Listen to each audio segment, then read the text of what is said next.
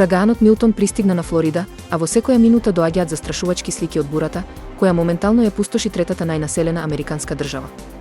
Според последните податоци, повеќе од 600.000 домови на Флорида се без струја. Итните служби престанаа со работа, а противпожарните и полициските единици ќе реагираат, како што тврдат, штом е безбедно. Од засолниште на фламингоата во бањи, до обезбедување на специјализирана храна за коалите, кога ќе погодат урагани, на зоолошките градини им требаат планови за вонредни ситуации. Сега се подготвуваат за поекстремни бури.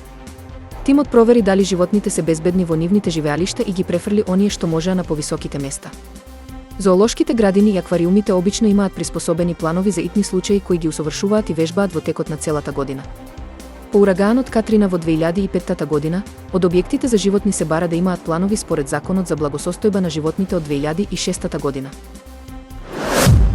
Државното биро за истраги во Украина објави видео од службеник на пензискиот фонд како лежи на кревет над куп готовина, а тој и неговата мајка подоцна, беа уапсени со речиси $6 милиони во готовина. Агентите пронајдоа $100,000 во канцеларијата заедно со списоци на мажи со фиктивна попреченост. Во понатамошниот претрес на имотот на мајката и синот се пронајдени повеќе од $5,2 милиони, €300,000 и повеќе од 5 милиони украински гривни. Наводно, станува збор за членови на партијата Слуга на народот, чиј лидер е актуелниот претседател на државата, Володимир Зеленски. Илјадници луѓе се собраа да бидат сведоци на уништувањето на историскиот хотел и казино Тропикана во Лас Вегас. Уривањето беше на традиционален начин. Овој пат место се правеше за новиот бейсбол стадион.